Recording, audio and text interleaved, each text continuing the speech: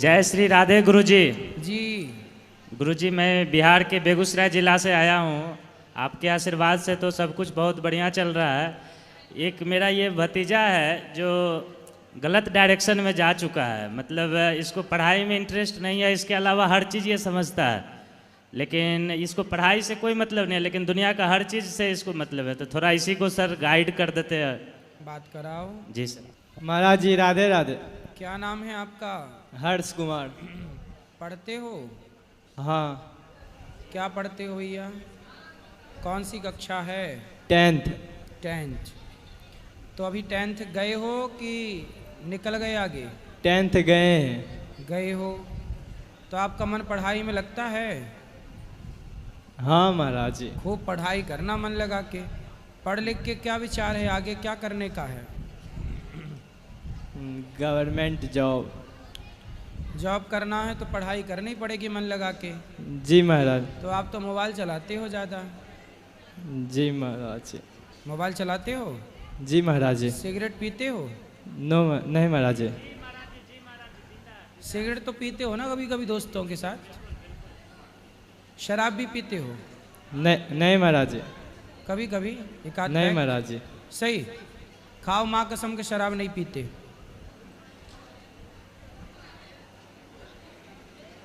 पीते हो ना? झूठ क्यों बोल रहे हो कि नहीं पीते? किसके साथ पीते हो, सच बताओ। दोस्तों के कितने दोस्त हैं आपके? गांव में। कितने दोस्त हैं? 2, 4, 10, 20? कितने दोस्त हैं? 5। 5। तो पांचों के साथ शराब पीते हो। पैसा कौन खर्च करता है? दोस्त। दोस्त लोग। मतलब आपको फोकट की पिलाते हैं। जी महाराज जी। कौन सी पीते हो? नहीं पता। नहीं प्रताप, नहीं पता? नहीं महाराज जी। बस पीते हो। अच्छी महाराज। लगती है? नहीं कैसी महाराज। लगती है? स्वाद कैसा लगता है? मीठी, खट्टी, कैसी? कसीली, कैसी है? कितनी उम्र है आपकी? 18। 18 साल के हो और शराब पीने लग गए, सिगरेट पीने लग गए, बहन बेटियों को गलत नज़र से देखने लग गए। बेटा, जिन दोस्तों के साथ आप शराब पीते हो वो दोस्त हैं आपके कि दुश्मन हैं? दोस्त। दोस्त हैं। जी महाराज। जो आपको शराब पिला रहे हैं, आपको गलत रास्ते पर ले जा रहे हैं, वो आपके दोस्त हैं? नहीं महाराज जी। कौन है वो? दुश्मन। दोस्त वो होते हैं जो हमें गलत रास्ते से निकालकर सही रास्ते पर ले चलते हैं। वो व्यक्ति कभी दोस्त नहीं हो सकता जो हमें शराब पिलाए, हमें सिगरेट पिलाए, हमसे गलत काम करवाए। वो दोस्त नहीं है भाई, वो दुश्मन है। दोस्त हम आपके हैं जो आपको हर गलत काम करने से रोक रहे हैं कि ये गलत है बेटा, आपके भविष्य के लिए बहुत गलत है। आपका भविष्य खतरे में है। शराब पीना सही है बेटा? नहीं महाराज जी। ये उम्र पढ़ने की है बेटा।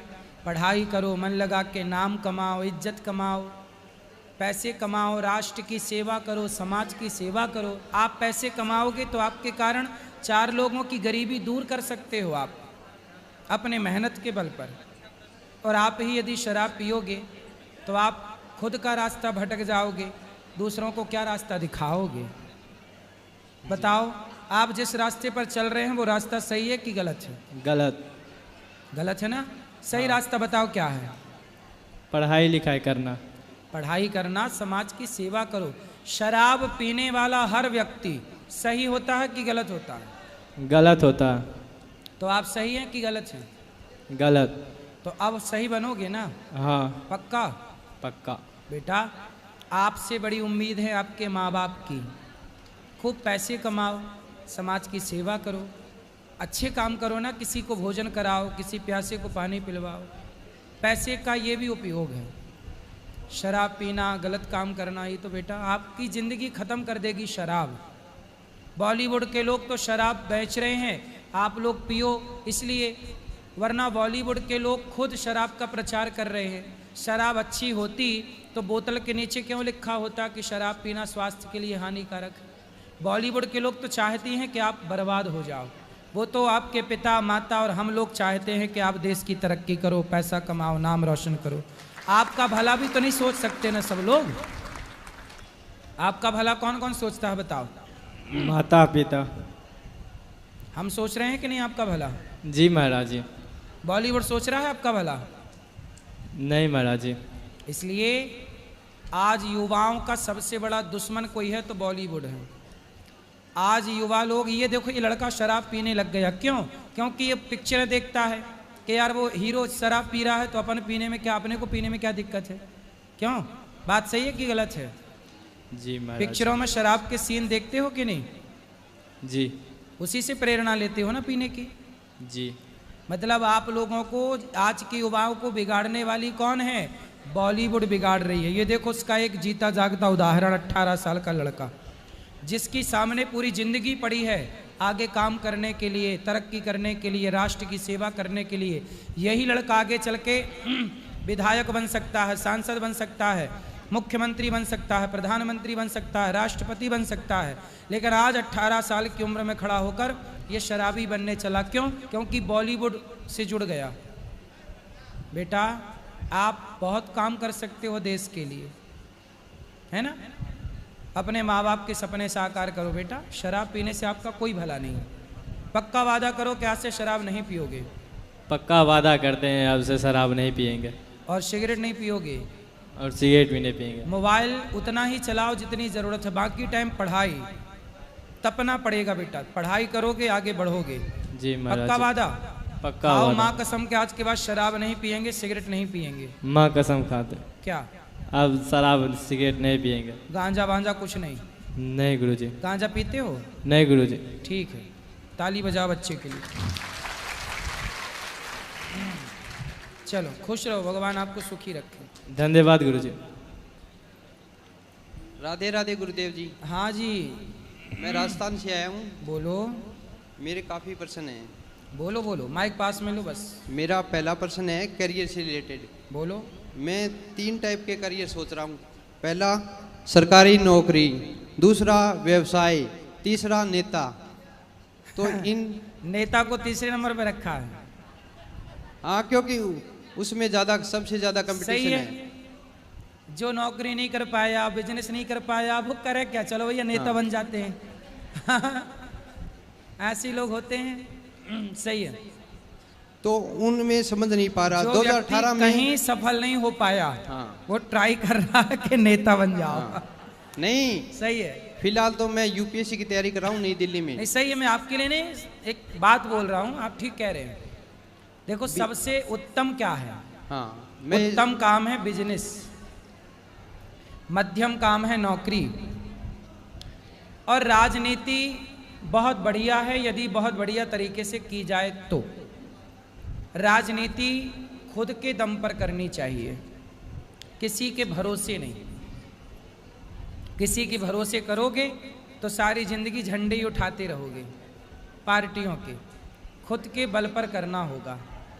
तो आपके लिए तीनों ऑप्शन हैं, तीनों रास्ते हैं, आपको किस रास्ते पर चलना है?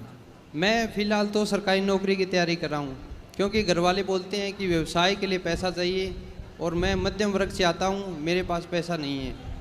तो यदि अच्छा ये मैं बताओ, व्यवसाय के लिए, व्यापार के लिए पैसा चाहिए कि दिमाग चाहिए? आप दिमाग चाहिए। तो आपके पास दिमाग है? हाँ, दिमाग है। हम तो मेरा फिर जब दिमाग है तो ये क्यों कहते हो कि पैसा नहीं है? अरे दिमाग है तो पैसा भी होगा, और दिमाग है तो बिजनेस भी होगा। आज जितने सफल बिजनेसमैन हैं, उन्होंने बिजनेस को शुरुआती दौर पे बहुत पैसा नहीं लगाया। 1 रुपए से भी बिजनेस हो सकता है, 100 रुपए से भी बिजनेस हो सकता है, 1000 रुपए से भी आप बिजनेस कर सकते हो। करने वाला 100 रुपए से करके करोड़ों पे ले जाके खड़ा कर सकता है, करने वाला। और नहीं करने वाला करोड़ों से शुरू करेगा तो 100 रुपए में लाके खड़ा कर देगा। इसलिए ये मत कहो कि बिजनेस के लिए पैसा चाहिए। मेरा मन कहता है, मेरी बुद्धि कहती है कि बिजनेस के लिए पैसा बाद में, दिमाग पहले चाहिए। दिमाग है तो नथिंग इज इम्पॉसिबल। गुरुदेव जी, मैंने व्यवसाय का भी ट्राई किया था। मेरा यूट्यूब पे चैनल भी है, प्ले स्टोर पे ऐप भी है। तो 2-3 साल मैंने ट्राई किया, उसमें सक्सेस नहीं मिली। तो फिर मैं वापस अरे सरकारी भाई, नौकरी। यूट्यूब पे ट्राई किया हाँ। और कुछ ट्राई क्यों नहीं करते? हल्दीराम ने कहाँ ट्राई किया? यूट्यूब पे ट्राई किया था। नहीं, हाजमौला वाले ने यूट्यूब पे ट्राई किया था नहीं। और आप यूट्यूब पे करके हार गए। भाई हल्दीराम हजारों करोड़ की कंपनी है, हाजमौला हजारों करोड़ की कंपनी है। 1 रुपया की 4 गोलियां बेचता है हाजमौला। कितना महंगाई का जमाना, पर उसकी गोलियों के रेट जस के तस है। और देखो आज तो काम तो बेटा चवन्नी से किया जा सकता है। इसलिए आप यूट्यूब पे यूट्यूबर बनना चाहते थे, चलो, लेकिन आपके पास बहुत सारा उद्योग है, काम करने के रास्ते हैं। एक दरवाज़ा नहीं खुला, कोई बात नहीं, दूसरा ट्राई करो, तीसरा ट्राई करो, चौथा ट्राई। हजारों रास्ते हैं हमारे पास आगे बढ़ने के, सक्सेस होने के। क्योंकि मेरी एजुकेशन क्वालिफिकेशन है BSc B.Ed। तो यूट्यूब पे भी मैंने पढ़ाने मतलब एज ए टीचर शुरुआत किया था। फिर नहीं पढ़ा पाए? नहीं, मैं डिफेंस से रिलेटेड, क्योंकि मेरा अगला प्रश्न यही है कि 2018 में इंडियन नेवी में मेरा सिलेक्शन हुआ था, लेकिन फाइनल मेडिकल में अनफिट की वजह से बाहर कर दिया। कोई बात नहीं, बाहर कर दिया तो परेशान मत होइए। हाथ में फ्रैक्चर हो गया था। आपका और बेहतर भविष्य है। आप नौकरी करोगे तो 50,000 रुपये महीना कमाओगे, 1 लाख कमाओगे। लेकिन आप अपना दिमाग लगाओ, बिजनेस करो तो 10 लाख रुपए महीना भी कमाया जा सकता है। इसलिए जीवन में हार नहीं माननी चाहिए।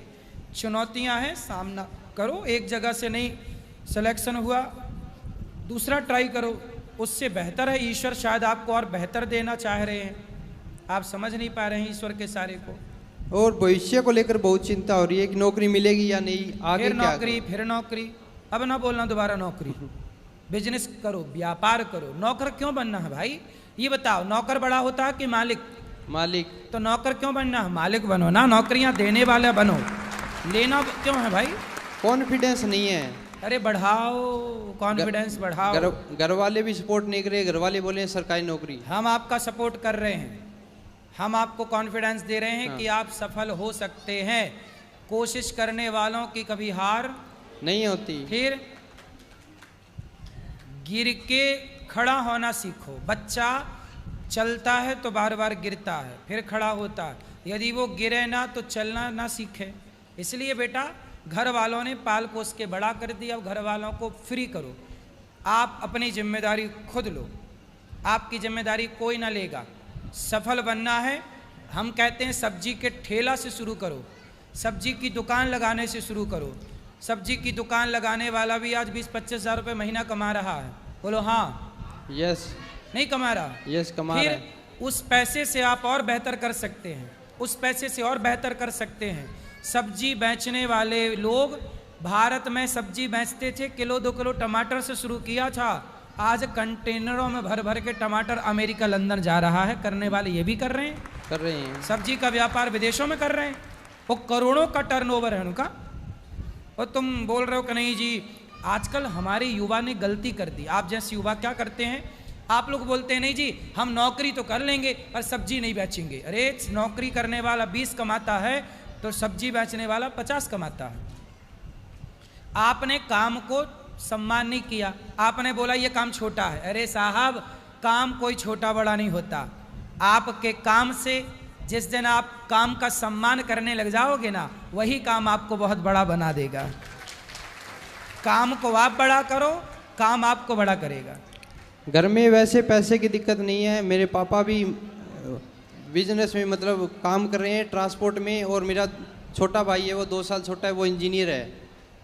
तो पैसे की दिक्कत नहीं है। इसलिए घर वालों ने मुझे 2 साल के लिए दिल्ली भेजा है UPSC तैयारी करने के लिए। ठीक है, अच्छा है, इससे और अच्छा है, दिमाग बढ़ेगा आपका।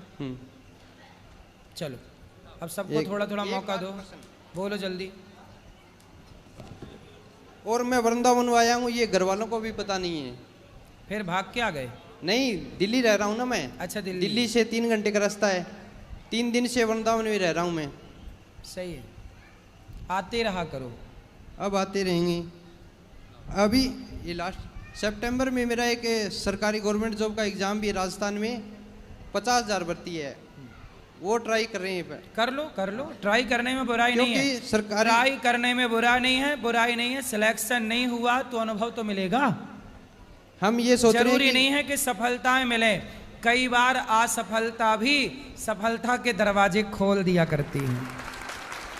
यदि सितंबर वाले एग्जाम क्लियर हो जाता है तो वो ज्वाइन नहीं करेंगे और बिजनेस शुरुआत करेंगे। जो जितना हारता है उसके जीतने की संभावनाएं उतनी बढ़ जाती हैं। ये बात सही है कि नहीं? इसलिए खूब हारो, चुनौतियों का खूब सामना करो, जितना आप हारोगे उतनी संभावनाएं जीतने की बढ़ेंगी। एक मिनट, मेरा लास्ट सवाल है कि मेरा अगले महीने 3 जुलाई को जन्मदिन है, तो मैं यहाँ पे आऊँगा और सेवा करके जाऊँगा। वाह सुंदर, आपको अभी से हैप्पी बर्थडे टू यू। नहीं, हम यहाँ पे आएंगे 3 जुलाई को, आपसे मिलेंगे। जन्मदिन की एडवांस में महीना भर पहले से शुभकामनाएं। महाराज जी को सादर प्रणाम जी। मैं लखीमपुर खीरी से आया हूँ, मेरा नाम आयुष शुक्ला शुभम है। गुरुजी, मैं राजनीति में काफ़ी हमारे अंदर रुचि है और मैंने गौ माता को राष्ट्रमाता घोषित करने के लिए कई बार आवाज़ उठाई। वाह, फिर आपको नेता जरूर बनना चाहिए। और भारतीय हिंदू परिषद से गौरक्षा दल का कार्यकर्ता भी हूँ छोटा। और अच्छा, आपको नेता इसलिए बनना चाहिए कि आप नेता बनोगे तो गौ माता की बात रखोगे। जी गुरुजी, अगर देखा जाए तो हमारे पिताजी को आसपास के जो लोग हैं, हमको अगर मैं किसी नेता या मंत्री से मिलना चाहता हूँ, अपना प्रस्ताव, अपनी बात रखना चाहता हूँ, तो वो लोग जो सलाह देते हैं कि बेटा ऐसी जगह तुम जाओ, और फिर हमको पीछे खींचने के लिए लगे रहते हैं। वो उनकी साजिश रहती है कि इसको आगे ना पहुंचाया जाए, और लेकिन हम पे वो कहते हैं और हमको आगे जाने नहीं देते हैं। यही तो राजनीति है, यही राजनीति का पाठ 1 है, लेसन 1। और गुरुजी, युवा साथियों के लिए 2 मिनट का समय लेता हूँ कविता के लिए। कहो। कि मौजों के हैं हम साहिल, कि मौजों के हैं हम साहिल, खुशियों के आनंद हैं हम, आगेश में शेखर हम हैं, ज्ञान विवेकानंद हैं हम, दयानंद के 4 वेद हैं और कृष्ण की गीता हैं, पतिवर्ती सावित्री नारी और यहाँ की सीता हैं, आशा पकड़ कर श्री राम का लवकुश भी तन जाते हैं, 5 साल के बच्चे ज्ञानी धुर्म यहाँ बन जाते हैं। और 1.25 अरब है आबादी, और 1.25 अरब है आबादी, उस देश महान के युवा हो, आँख मिलाओ दुनिया से, तुम हिंदुस्तान के युवा हो, आंख मिलाओ दुनिया से, तुम हिंदुस्तान के युवा हो। लेकिन गुरुजी, आजकल का युवा जिसके ऊपर जिम्मेदारी अपने देश, अपने राष्ट्र की आशाओं को बांधे रखने की है, वही युवा 4x4 इंच की छोटी सी स्क्रीन पर अपने कोमलियों उंगलियों से अपने भावनाओं की इमोजी भेज रहा है। तो तब जाके कहता हूँ कि कथानक व्याकरण समझे तो सुरभित छंद हो जाए, हमारे देश में फिर से सुखद मकरंद हो जाए, मेरे ईश्वर मेरे दाता ये आयुष मांगता तुझसे, युवा पीढ़ी बदल करके विवेकानंद हो जाए, युवा पीढ़ी बदल करके विवेकानंद हो जाए। बहुत बढ़िया गुरुजी, आपको आपके चरण छूना चाहता हूँ, मंच पे आके आपको प्रणाम करना चाहता हूँ। अभी कर लेना, प्रणाम ऊपर करेंगे। कहाँ से आए हो एक बार फिर बताओ। लखीमपुर खीरी से आए हैं। तो लखीमपुर खीरी, चलो लखीमपुर तो समझ में आया, खीरी वहाँ खीर बटती है क्या? नहीं, पूरा जिला का नाम हमारा लखीमपुर खीरी है। खीर, वहाँ खीर खाते होंगे ज़्यादा, मतलब? हाँ, चीनी का कटोरा भी हमारा लखीमपुर खीरी माना जाता है। अच्छा, गन्ने तो की खेती खीर भी खाते हैं ज़्यादा। हाँ, तो ज़्यादा खीर खाने से खीरी हो गई तो लखीमपुर खीरी होगी। बढ़िया। बस गुरुजी आशीर्वाद दीजिए, आने वाले समय में गुरुजी हमारा भी सपना है कि हम भी पार्लियामेंट में पहुंच के अपने गौ माता और अपने समाज, अपने राष्ट्र की बात उठाएं। बहुत बढ़िया। अच्छा, आपको नेता जरूर बनना चाहिए। गुरुजी को सादर प्रणाम। भगवान सुखी। जब नेता बन जाना तो हमें ना भूल जाना। नहीं गुरुजी, जरूर मिलेंगे। आना फिर नेता बन के। जी राधे राधे गुरुजी। हाँ जी, बैठ। मैं इंदौर से आई हूँ। इंदौर? हाँ जी, बताओ। इंदौर मध्य प्रदेश। गुरुजी, मेरी जो सासू माँ है वो आपके अनन्य भक्त हैं, आप उन्हें एक बार उन्हें राधे राधे कह दीजिए। आपकी सासू माँ को? हाँ जी, बिल्कुल, आपकी सास को राधे राधे। और गुरुजी, मेरी माताजी का स्वर्गवास 8 साल पहले हो गया था, तो मेरी 2 ही माताओं के लिए, मेरी सासू माँ और मेरी माताजी के लिए माँ वाला भजन प्लीज आपके श्रीमुख से सुनना चाहती हूँ मैं। कौन सा वाला? माँ वाला। आप गाते ना, तू कितनी अच्छी है वाला। तो अभी सुना है कि कथा हाँ, में सुना बस है? बस 2 मिनट, फिर मैं एक क्वेश्चन कर लूँगा। तू कितनी अच्छी है, तू कितनी भोली है, प्यारी प्यारी है। ओ माँ, ओ माँ, ओ माँ, प्यारी माँ। धन्यवाद गुरुजी। और एक मेरा प्रश्न था कि जब श्री कृष्ण जी गए थे तो राधा जी को अपनी बांसुरी क्यों दे गए थे? ताकि कृष्ण की याद जब आए तो वो बांसुरी को देख लें और बांसुरी में ही कृष्ण का दर्शन कर लें, इसलिए आपको बात करेंगे अभी करेंगे। राधे राधे गुरुजी। जी गुरुजी, मेरा बस एक सवाल है कि मुझे हर छोटी छोटी बातों पे बहुत ज़्यादा गुस्सा आता है और जिस कारण मैं बहुत ज़्यादा गलतियां कर बैठता हूँ और फिर बाद में मुझे बहुत पछतावा होता है। गुस्सा आता है तो आप ऐसा किया करो कि अपने गुस्से को अपने विवेक के बल पर, गाड़ी आप चलाएंगे तो ब्रेक कौन दबाएगा? मैं खुद दबाऊंगा। हाँ, तो गुस्सा आपका है तो कंट्रोल कौन करेगा? मैं खुद ही करूंगा। कैसे करोगे? चुप रह के। जब क्रोध आए तो एक उंगली उठाओ, एक उंगली उठाओ और यहाँ रखो। क्रोध आए तो चुप रहो। जो क्रोध में चुप रहना सीख गया, क्रोध उसका कुछ नहीं बिगाड़ सकता। थोड़ा क्रोध पर कंट्रोल करना पड़ता है, करने से सब होता है। प्रैक्टिस करो, अभ्यासेन तो कौन्तेय, सब होता है। और गुरुजी एक सवाल और है, मेरी ये छोटी बहन है, इसको मोबाइल में बहुत ज़्यादा इंटरेस्ट है। बात कराओ। राधे राधे गुरुजी। जी, क्या देखते हैं बेटा मोबाइल पे? माइक लो पास में। क्या देखना पसंद है आपको मोबाइल? मैं तो कार्टून देखती हूँ। कार्टून और शॉर्ट्स। तो कार्टून रील वगैरह। शॉर्ट्स क्या हो, किसके शॉर्ट्स देखती हो? जो भी आता है मैं वो देख लेती हूँ। जो भी आ गया, खिचड़ी सब आ गई, सब देख लिया। मतलब कोई गोल नहीं है कि देखना क्या है? नहीं, पढ़ाई करती हूँ ना तो थोड़ा सा देख लेती हूँ कभी कभी। मत देखा करो बेटा। आप जरा सी देर के लिए मोबाइल लेती हैं पर घंटे कब बीत जाते हैं पता नहीं चलता। आज के ज़माने में सबसे बड़ी बीमारी हो गई है मोबाइल। आपको बेटा इस बीमारी से बचना है और पढ़ लिख के योग्य बनना है। ऐसे तो मोबाइल पर लगी रहोगी। 12-12 बजे रात तक मोबाइल चलाती है। फिर ये तो आदत बड़ी गलत है बेटा। हर व्यक्ति को अपने देखो इस आदत को रोकना चाहिए, वरना आप बहुत बहुत नुकसान जी गुरुजी। पाएंगे। चलो अब नहीं चलाना, मतलब की चीज़ देखो। मोबाइल में कथा सुना करो, कुछ गाने सुन लिया करो, लता जी के, रफ़ी जी के, है ना, कुछ बढ़िया चीज़ देख लो। चलो वहाँ ले जाओ, वो भैया चंदन लगाए बैठे, बैठो, सब बैठे रहो, खड़े हो जाओ, सब बैठो। आएंगे आशा रख पगले। बोलो राजा रामचंद्र की। हाँ जी गुरुजी, आपके चरणों में कोटि कोटि प्रणाम जी। मैं छत्तीसगढ़ राजनांदगांव से हूँ, मोहित यादव नाम है मेरा। एक ही प्रश्न है, मैं अभी शहर में रहता हूँ, गांव में मेरा गृहग्राम है, मेरा माता पिता भाई मतलब कोई नहीं ब्लड रिलेशन। मैं हूँ, मेरे 3 पुत्री हैं, पति पत्नी बस हो गए। मेरा कुल देवी देवता गृहग्राम में है, उसको मैं शहर में शिफ्ट करना चाहता हूँ। सही है, कर लो। तो विधि विधान उसके लिए जाके प्रणाम करना, प्रार्थना करना कि प्रभु अब आप वहाँ चलिए, दास का निवास वहाँ, वहीं विराजिए, ऐसी प्रार्थना करके ले आना। सभी भाइयों थोड़ी से वहाँ की माटी, थोड़ी वहाँ की रज लेके आना। मैं सभी भाइयों से बोलना चाहता हूँ कि कथा में इतना शक्ति है कि पूछो मत। कोई जो धन दौलत वो नहीं दे सकता, वो कथा दे सकता है। मैं 1/1/2022 से जुड़ा हूँ। आज पहले किराए के मकान में रहता था, आज 2 मकान है और 2 किराएदार है मेरा, केवल कथा के माध्यम से। कथा सुनने से समृद्धि तो आती है, बात सही कह रहे हैं। और बेटी के बारे में, मेरे 3 बेटियां हैं, तीनों सीजर है, लेकिन बेटियां जब से हैं मेरा दिन दुगनी रात चौगनी हो गए। भगवान बांके बिहारी का आशीर्वाद है, गौरी गोपाल भगवान से। बेटियां लक्ष्मी है। और आपका आशीर्वाद मेरे और मेरे पूरों पर। एक बार राधे राधे बोल। सबको राधे राधे, खुश रहे। चलो भैया को, तो पीछे वाले भैया को फिर यहाँ ले आना माइक। गुरुजी सीताराम जी। सीताराम। मैं राजस्थान जिले से हूँ और मेरा ये सवाल है कि हनुमान जी को प्रसन्न करने का सबसे अच्छा तरीका कौन सा है? हनुमान जी को प्रसन्न करना है तो सुंदरकांड का पाठ करो। सुंदरकांड का? हनुमान चालीसा सुंदरकांड का पाठ करो बस। और मेरा दूसरा सवाल ये है कि अब मतलब अपन ने किसी भी महाराज जी को गुरु बना लिया हो, लेकिन उनका जो आचरण हो, मतलब देख रेख का वो सही नहीं होता, उसका क्या समाधान किया जाए?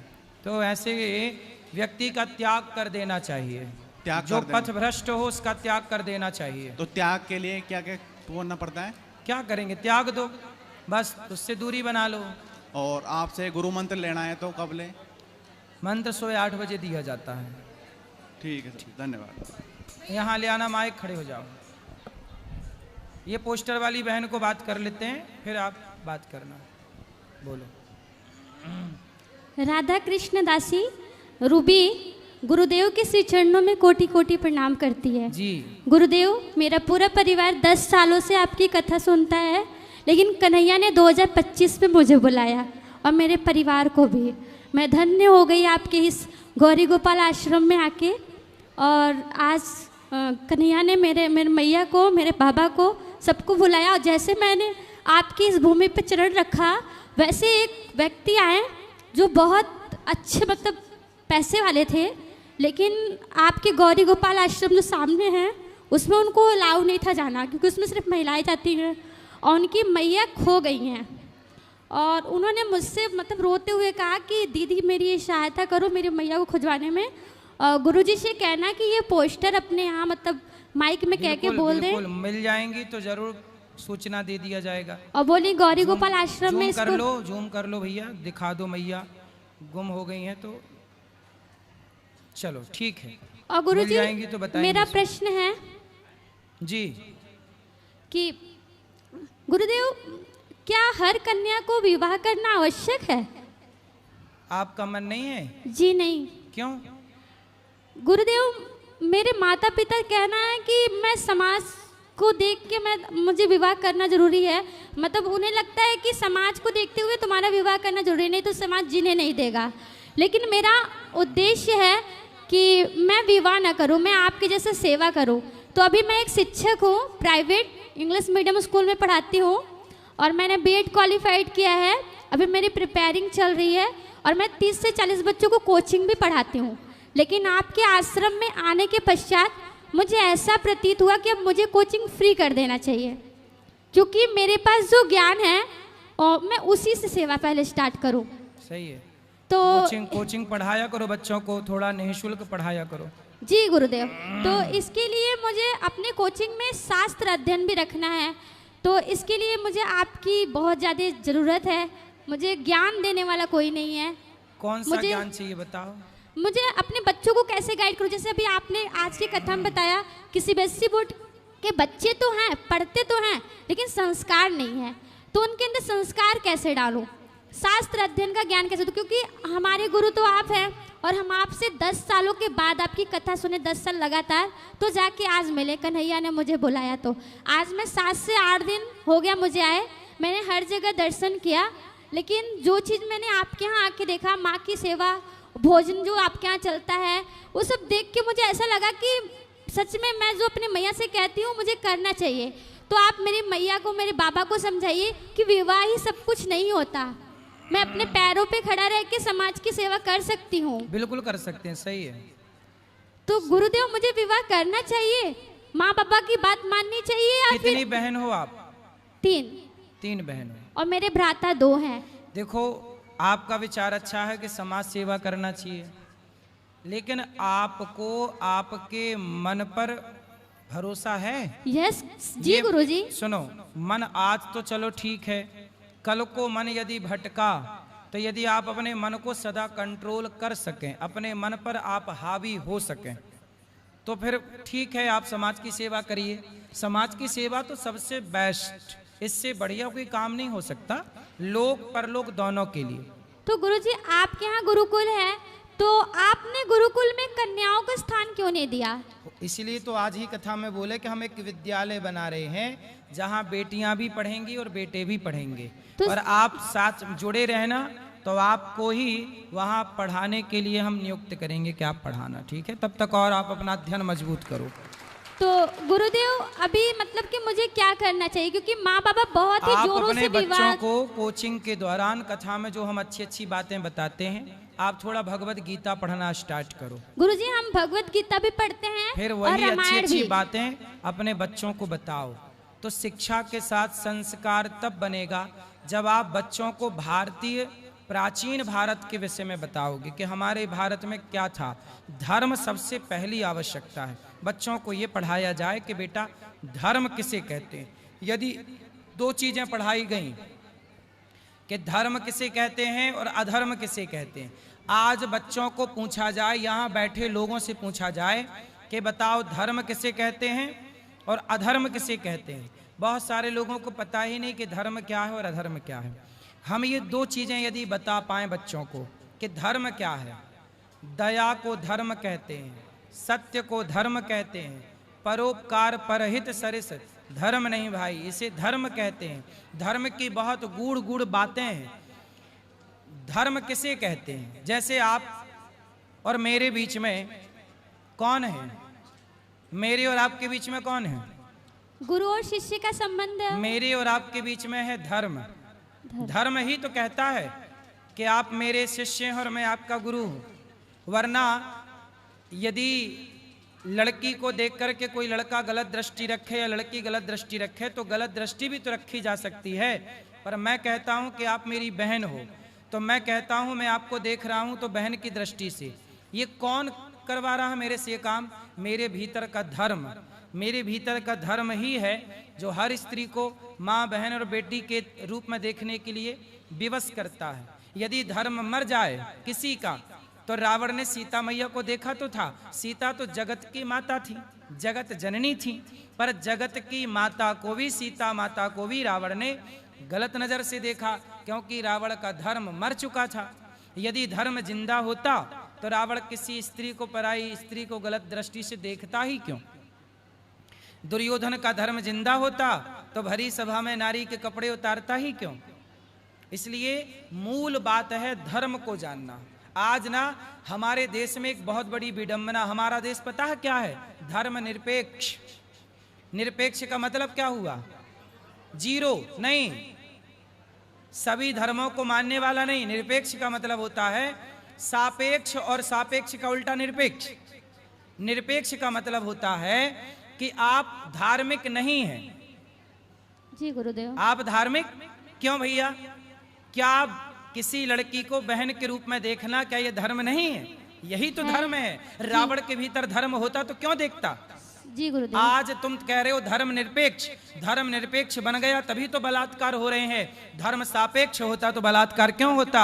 लोगों को पता होता कि बेटा किसी लड़की को देखना गलत है। अब धर्म का पाठ है ही नहीं। धर्म निरपेक्ष निरपेक्ष चिल्ला रहे हैं लोग। धर्म जब है ही नहीं तो धर्म का आचरण करेगा कौन? फिर बेटा अपने बाप के साथ धर्म नहीं कर रहा है, फिर बेटा अपने माँ बाप के साथ धर्म नहीं कर रहा है, पत्नी अपने पति के साथ धर्म नहीं कर रही है, पति अपने पत्नी के टुकड़े करके कुकर में पका रहा है, पत्नियां पति को मार मार के ड्रम में पैक कर रही हैं। क्यों? क्योंकि धर्म नहीं है। अब और लिख लो धर्म निरपेक्ष। धर्म निरपेक्ष ये देश कभी धर्म निरपेक्ष, तुम्हारे पूर्वज देख रहे होंगे तो रो रहे होंगे कि राम राम, जिस देश में राम हुए, जिस देश में कृष्ण हुए, काय के लिए आए? धर्म संस्थापनार्थाय संभवामि युगे युगे। जिस देश में राम कृष्ण धर्म की स्थापना करने प्रकट हुए, आज वो देश कह रहा कि हम धर्म निरपेक्ष हैं। धर्म निरपेक्ष का मतलब है धर्म से शून्य हो जाना, धर्म को भूल जाना। पर्याय समझो ना आप, उल्टा, दिन का उल्टा रात। धर्म सापेक्ष। धर्म सापेक्ष का मतलब है धर्मयुक्त। अब जैसे धर्मयुक्त मैं, आप धर्मयुक्त हैं, और धर्मयुक्त का उल्टा क्या हुआ? धर्म निरपेक्ष। उल्टा मतलब धर्म है और धर्म नहीं है। दिन का उल्टा रात, ऐसे सापेक्ष का उल्टा निरपेक्ष, सापेक्ष का उल्टा निरपेक्ष। हाँ, अब इतनी सी बात लोगों को समझ में नहीं आई कि धर्म निरपेक्ष शब्द जोड़ करके कितनी बड़ी हानि कर दी इस देश में। क्यों नहीं है भैया धर्म निरपेक्ष? हम क्यों लिखें? हम तो धर्म सापेक्ष हैं, हमारे अंदर धर्म है, इसलिए ना माताओं की सेवा कर रहे हैं। धर्म निरपेक्ष होते तो कोई किसकी माँ की सेवा क्यों करता? जी गुरुदेव। सोचिए, हमारे देश में इतने पढ़े लिखे लोग हैं लेकिन ऐसी मूर्खतापूर्ण बातें कर रहे हैं, निरपेक्ष शब्द का प्रयोग कर रहे हैं, बोले धर्म निरपेक्ष है। अरे जो लोग कहते हैं ना सभी धर्म, नहीं, निरपेक्ष शब्द का गूगल में जाके अर्थ करिए, निरपेक्ष शब्द के आप अर्थ ढूंढिए क्या है। निरपेक्ष का मतलब क्या होता है? मतलब कुछ भी चल रहा है। किंतु गुरुदेव पुस्तकों में बताया जाता है धर्म निरपेक्ष का मतलब कि हमारे यहाँ किसी धर्मों को नहीं देखा जाता, सबको एक समान देखा जाता है। एक समान तो ठीक है, फिर जिस दृष्टि से पत्नी को देखते हो उसी दृष्टि से एक समान माँ को देख लो। जी ये तो कहो न गधों से कि भाई यदि एक समान ही देखना है तो पत्नी माँ में एक समान दृष्टि हो सकती है? जी नहीं। उत्तर दो। जी नहीं। क्या पत्नी और माँ में एक समान दृष्टि हो सकती है? अरे प्रकृति खुद कहती है कि माँ को अलग तरीके से देखो, पत्नी को अलग तरीके से देखो, बहन को। जब प्रकृति तुम्हें नहीं आदेश कर रही है, तुम कौन होते हो भाई? दाहिना हाथ होता है और बाएं हाथ। तुम्हारे मुंह पे हाथ जाए ना तो धुलते नहीं हो, पर यही हाथ शौच के लिए नीचे जाता है, तो फिर एक साथ व्यवहार करो ना। मुंह पे हाथ लगाओ तो नहीं धुलते, तो शौच के लिए जाता तो काहे धुलते हो बाद में? फिर मत धुलो भाई। व्यवहार आप ही करते हो ना दो तरह का। मुंह पे हाथ लगाते हो नहीं धुलते हो, शौच के लिए हाथ डालते हो तो धुलते हो, क्यों? फिर करो एक समान व्यवहार कि नहीं जी यहाँ पे हाथ नहीं धुला तो वहां भी नहीं धुलेंगे। मतलब गधई की भी हद हो गई है ना। गजब के गधे हैं, छोटे मोटे गधे नहीं हैं, गजब के गधे हैं। गुरुदेव मैया और बाबा को कैसे समझाऊं? आप अभी मस्त पढ़ाई करो, पढ़ाई कराओ, फिर बाद में जब ले आओगे तो हम समझाएंगे माँ बाप को। गुरुदेव एक प्रश्न ये है कि आप कहते हैं कि हर पत्नी को एक ही पति से विवाह अगर हो जाए तो उसी पे रहना चाहिए है? आपने बताया कि अगर हमारा विवाह किसी से हो जाता है तो पति कैसा भी हो उसी को ही समझना चाहिए, लेकिन अगर पति चरित्रवान ना हो तो क्या करना चाहिए? क्या उस पत्नी को उस पति के साथ रहना चाहिए? देखो पति चरित्रवान ही हो, चरित्रहीन पति है तो उसे सत्संग के द्वारा, कथा के द्वारा, यदि कोई भटक गया, स्त्री ही भटक गई या पुरुष ही भटक गया, तो देखो जैसे रोग हो जाने पर रोग का इलाज होता है, ऐसे व्यक्ति यदि बिगड़ गया, भटक गया तो उसे सही रास्ते पे लाया जा सकता है। किंतु वो रोगी हो गया है। कोशिश किया जाए कि लाया जाए। किंतु वो रोगी हो गया है तो रोगी हो गया तो ऐसे का त्याग करना ही धर्म है। तो उस लड़की को दूसरा विवाह करना चाहिए? नहीं, दूसरा विवाह नहीं, भगवत चिंतन में रहना चाहिए। मीराबाई ने भगवान को अपना माना। जैसे कि आज उसका विवाह हुआ, उसके एक हफ्ते बाद उसे सब कुछ पता चला, तो उसे क्या करना चाहिए?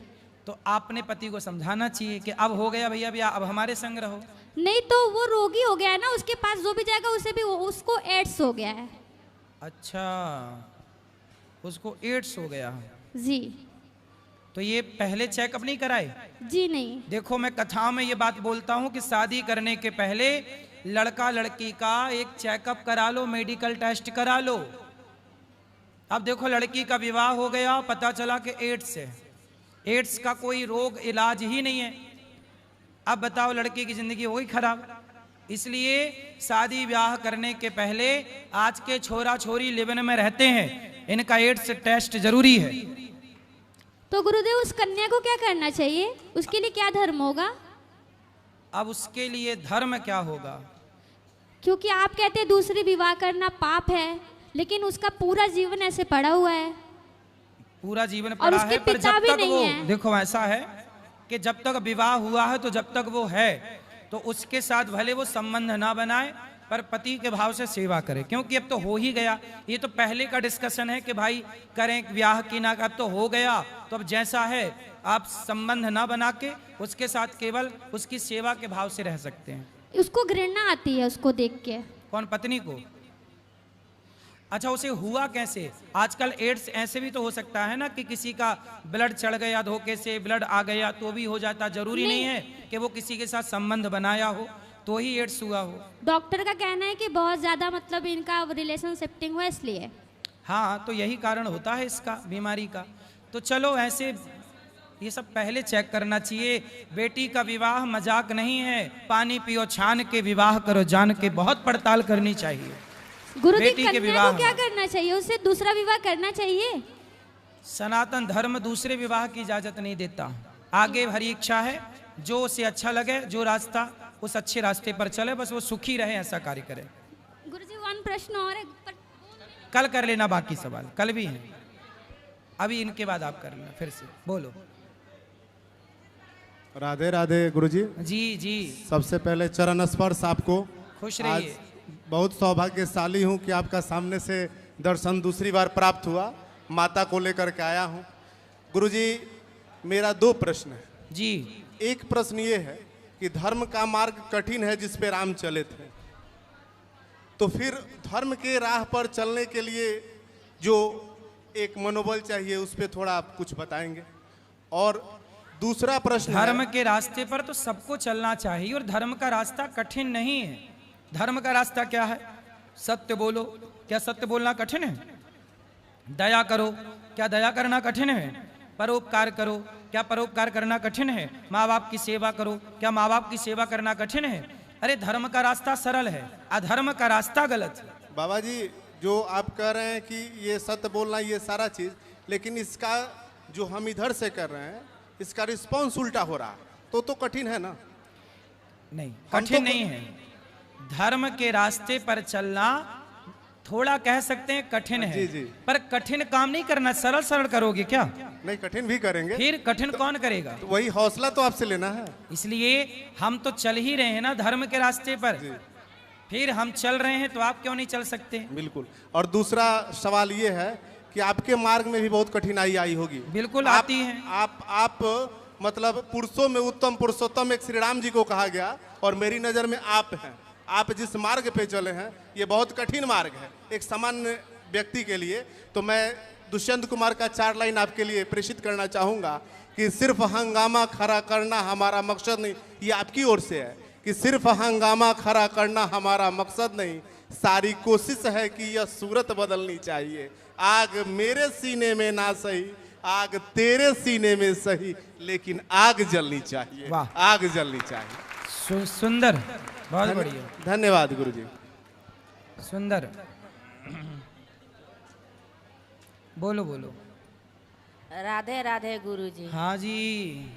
गुरुजी घर पर हम लोग कोई काम सोचते हैं तो होता नहीं है, कुछ बताइए आप। क्या सोचती हो मैया? कोई काम भी सोचते हैं अच्छा तो होता नहीं है। सोचो ऐसा कि जो हो जाए, भगवान पे छोड़ दो, भगवान करेंगे सब काम। आप सोचो ही मत कुछ, भगवान के भरोसे छोड़ दो और जो काम कर सकते हो अच्छे से करते रहो। चलो गुरुजी राधे राधे जी। सब बेटा खड़े ना हो, अभी सबको मौका मिलेगा। मैया बताओ बताओ, बोलो, हम तो मिल रहे हैं आपसे, बोलो। सब बैठो, बोलो बोलो बेटा, आप बोलो बोलो बोलो।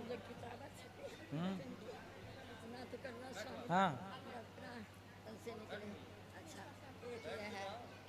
बोलो आप। कोई भी काम कर रहे हैं तो सफल 100% नहीं हो रहा है। 100% क्यों होगा? कितने परसेंट हो रहा है? 50% ही हो रहा है। अरे तो 50% में संतोष कर लो ना साहब। जितना हो रहा विधाता जितना दे रहे हैं उतना बहुत। मैया आप बैठो, अभी हम आपसे बहुत सारी बात करेंगे। हाँ बैठो भैया, बैठो, अभी बात करेंगे आपसे। कुछ लड़का बात करना चाह रहा है, बैठो। राधे राधे बाबा जी। जी। पहली सवाल, मेरे पापा जी बहुत कंजूस हैं। आपके पापा कंजूस हैं? कैसे? खड़े हो जाओ। कैसे कंजूस हैं? क्यों, एक दिन मेरे स्कूल में मैं यूकेजी में गया था तो पापा जी मेरा स्कूल का फोन जल्दी नहीं खरीदे थे। अच्छा पापा नहीं है, पिताजी हैं। क्या बोलोगे? पिताजी। पिताजी, पापा नहीं बोलते, पिताजी। चलो बेटा, चलो बात कराओ। आप बैठो, अभी बात करेंगे आपसे। राधे राधे गुरुजी। हाँ जी। आज मेरा जन्मदिन है। वाह, बधाई हो, बहुत बहुत शुभकामनाएं आपको, आपके जन्मदिन। मिठाई देना चाहते हैं। खुश रही, दे देना भी। सुनो, उसको फिर बात क्या करना बेटा? और प्रश्न थे तुम्हारे? और थोड़ा सवाल थे, उनके बात कर लो। खड़े हो जाओ, सब बैठो। मैया छोरा को बात करा, पहले ये पीले भैया को बात करा, फिर उनको। राधे राधे गुरुजी। सब बैठो। राधे राधे गुरुजी। जी। गुरुजी मैं गोंडा से आया हूँ। गोंडा? जी। हमारी माता जी गुरुजी आँख से पीड़ित हैं। गुरुजी आशीर्वाद दे दीजिए कि उनका आशीर्वाद है, अच्छी होंगी। और गुरुजी हमारे 2 बच्चे हैं गुरुजी, तो लड़की का तो जी पढ़ने में मन लगता है, कि लड़का का थोड़ा कम मन लगता है पढ़ने में। लगेगा लगेगा लगेगा, मन लगाओ बेटा पढ़ाई में, बेटी को दो। चलो सब बैठो। हाँ मैया बोलो। जय जय सीताराम महाराज जी। सीताराम। महाराज जी आप मुजफ्फरपुर पता ही गए थे, हम वहाँ से आए हैं। अच्छा। क्योंकि आपने कथा में बोले कि कौन आएगा था, माउथ उठाए थे तो 2 प्रश्न लेके महाराज जी हम वहाँ भी गए थे, लेकिन भेंट नहीं हो पाया। महाराज जी 4 लड़की है, लेकिन 2 लड़की के शादी हो गया, एक लड़की से तेसर वाली को 4 साल से अगुवाई बरतुआई करते हैं, लेकिन काम नहीं बन रहा है। लड़का को भी नौकरी हो गया था आर्मी में, वो भी वापस आ गया, कुछ काम नहीं बनता है 2-4 साल से घर में। बनेगा काम, उसके लिए उपाय कोई सा बता दीजिए। सूर्य भगवान को जल चढ़ाया करो, सुंदरकांड का पाठ किया करो। जी वो तो करते हैं। सुंदरकांड रोज पढ़ती हो? शनिवार के पढ़ते हैं, रोज रामायण घर में होता है रोज। ठीक है। शालिग्राम सुंदरकांड का पाठ पति हैं आपके? जी पति। जी पति से बोलना वो सुंदरकांड का पाठ करें या बेटा करे, सब फिर सुंदर ही सुंदर होगा। चलो बैठो। मैया बोलो।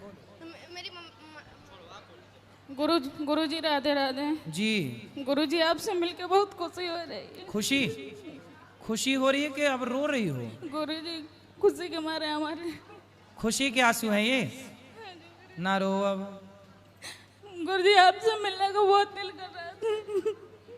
पहले रो लो, अच्छा फिर खुशी कब होगी बताओ। खुश हो जाओ, पहले हंसो, ही हा हा हा हा ही हा हा। क्या ऐसे हंसा करो, खुश रहा करो हर हाल में। अब बताओ क्या सवाल है? गुरुजी हम ना 2 महीने हुए हम चंडीगढ़ से आए। तो गुरुजी ना हम वृंदावन में रहने लगे। तो गुरुजी ना हम जब चंडीगढ़ में रहते तो ना हम कीर्तन करते थे। तो यहाँ पे ना हमारे कीर्तन में ना यहाँ पे मतलब कीर्तन नहीं होते हैं, तो हमारा मन नहीं लगता है, कहाँ जाए हम। कीर्तन किया करो रोज। वहाँ पे हमारी सहेलियाँ करती थी तो हम साथ में करते। कहाँ पे कीर्तन करना है? यहाँ पे मंदिर ही नहीं मिलता है हमको। यहाँ इतने सारे मंदिर, आ जाए करो, रोज कीर्तन किया करो यहाँ। जी गुरुजी। हाँ रोज आ जाए करो, कीर्तन किया करो। चलो गुरुजी हमें आशीर्वाद दे दिए। आशीर्वाद है, रोना मत। अब सदा खुश रहो, सदा खुश रहो तुम, दुआ है हमारी। बोलिए बांके बिहारी लाल की, बोलिए बांके बिहारी लाल की, गौरी गोपाल भगवान की। अरे मैया सवाल बोलो क्या है? हाँ, तो गुरुजी ऐसे पहले तो आपका बहुत शुक्रिया कि आपने मुझे इस उम्र तक फ्री कर दिया। बच्चे अपनी अपनी जगह सेट है, बेटी भी सेट है, दोनों परिवार खुश है। इसके लिए आपका बहुत बहुत शुक्रिया। मुझे किसी चीज़ की कमी भी नहीं है। भक्ति भी मैंने बचपन से भक्ति की नहीं, जो किया कीर्तन सत्संग या सुना है या करा है। कोई सवाल? तो सवाल ये है कि हम जगन्नाथपुरी गए थे, तो वहाँ कहते हैं जो लंगर बनाते हैं ना बाहर बैठ के, वो खाकर बनाते हैं। क्या ये ना सच? गलत है मैया, ये अफवाह में ना पढ़ो। वहाँ तो जब भोजन लाया जाता है, बनाया जाता है, मुंह पे कपड़ा बांध के किया जाता है। नहीं, हमने देखा वो बना रहे थे फिर इसलिए ये अफवाह में ना पढ़ो। पर उन्हीं के पंडित जो अरे मैया, हर जगह जयचंद्र छिपे होते हैं, जो घर में रह के गलत बातें करते हैं। अच्छा, एक द्वारकाधीश में गए थे हम, सोमनाथ वगैरह, वहाँ आप लोग सब खड़े हो गए, मतलब अब प्रश्नोत्तरी बंद करें? बैठ जाओ, सब बैठ जाओगे तब चलेगी। ले जाओ मैया को वहाँ पीछे ले जाओ। आप ऊपर बात कर लेना, ऊपर बात कर लेना भी, वहाँ पीछे ले जाओ बाइक। इनको दे भैया को। अब बैठो, अभी रोज आप मिल लेना, रोज बात करें। राधे राधे गुरुजी, मैं जलगांव से आई हूँ। कल ले लेना। आपका सत्संग हम टीवी पे रोज देखते थे, आज सामने से आपके दर्शन हुए, हमें बहुत खुशी हुई महाराज जी। जी जी महाराज जी, मेरा सवाल ये है कि मेरे मन में ना बहुत विचार चलते हैं, उन विचारों को रोकने के लिए क्या करना चाहिए? विचारों को रोकना क्यों है, चलने दो। अच्छे विचार सबके मन में आते हैं और बुरे विचार भी सबके मन में आते हैं। अच्छे विचारों को आने दो, बुरे विचारों को जाने दो। थैंक यू महाराज। खुश रहिए। इनसे बात करा दो, इनसे क्या कह रहे हैं? हाँ, जय श्री राधे राधे गुरुजी। राधे राधे राधे राधे। कोटि कोटि नमन आपको। मेरा नाम तिलकराज है और मैं जम्मू से आया हूँ और मैं आर्मी रिटायरमेंट पर्सनल हूँ। तो मेरा गुरुजी से आपसे एक सवाल है कि मैं अपने कुल देवताओं का शिष्य हूँ, जैसे गोगा पीर, बाबा कालीपीर देव और 5 मंडली मैंने अपने घर पे बनाई हुई है। तो गुरुदेव वहाँ पे यानी कि बलि लगती है बकरों की। तो जिस दिन से वो स्थान बनाया था, मैंने अपने मैंने कुल देवताओं का गुरु माना था अपना, जो पर्सनल वहाँ पे होता है। तो उससे मैंने एक ही शब्द मांगी थी, गुरुजी मैं ये काम नहीं कर सकता, खा नहीं सकता, लेकिन अगर दुनिया देती है तो मेरे को इससे कोई लज्जा नहीं है। तो क्या वो चीज़ सही है गुरुजी की गलत है? कौन सी? ये जो गुगा पीर का मतलब बकरा वगैरह देते हैं, ये जो बकरा वगैरह देता है ना गुगा पीर का। नहीं, बकरा चढ़ाना सब गलत है। हाँ जी, तो यही मैं आपसे पूछना चाहता हूँ गुरुदेव। बैठो, मैं अभी मिलेंगे। तो नंबर 2 सवाल है गुरुजी। हाँ, बकरा नहीं चढ़ाना चाहिए जी। चलो। तो जैसे मैं उनका शिष्य हूँ गुरुजी, तो फिर मैं आपका नाम दाम ले सकता हूँ? हाँ, ले सकते हैं, क्योंकि मेरा पूरा परिवार यहाँ पे आया हुआ है और सभी को मैंने नाम दिला दिया है। बिल्कुल ले सकते हैं। ठीक है गुरुजी, राधे राधे। बैठो। महाराज जी आपके चरणों में कोटि कोटि प्रणाम जी। महाराज जी ये वैष्णो देवी से प्रसाद लेके आए हूँ तुम्हारे काज, माता के चरण की वही चढ़ी हुई चुननी है और प्रसाद हमारा जा ग्रहण करो। ठीक है, दे दे महाराज जी। और महाराज जी मेरा एक सवाल है, और जे तुम्हारे प्रति जो बोलते ना है, एक जो कोई फौजी है नंदा भाई कहते कौन है नालायक, इतनी बोलते है तुम्हारे बारे में, देवकीनंद ठाकुर जी के बारे में और धीरेन्द्र शास्त्री जी के बारे में। ससुर को नाती मोह मिल जाए तो ऐसा मारू घसीट के हुआ है, और तुम्हारे चैनल के माध्यम से कह चाह रहा हूँ।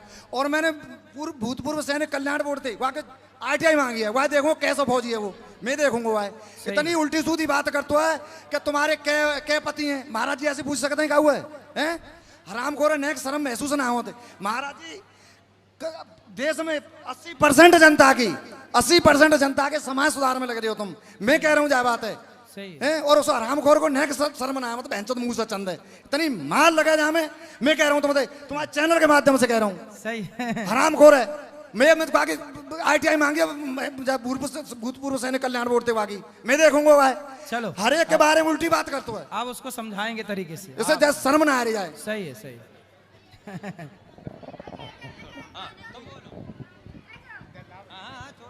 श्रीमन नारायण गुरुजी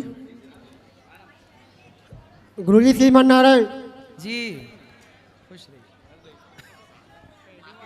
रहिए। बोलो। गुरुजी जो मूल मंत्र है उसका जो 11 माला जपने के बाद, हाँ, जो दूसरा मंत्र है ना, श्रीमन नारायण चरणों शरणम प्रपद्ये श्रीमते नारायण नमः, उसका पहले जाप करते हैं या कभी भी कर सकते हैं? कभी भी कर सकते हैं। खुश रहो। राधे राधे गुरुजी जी। मैं आपको और कान्हा जी को धन्यवाद कहना चाहती हूँ। खुश रहिए।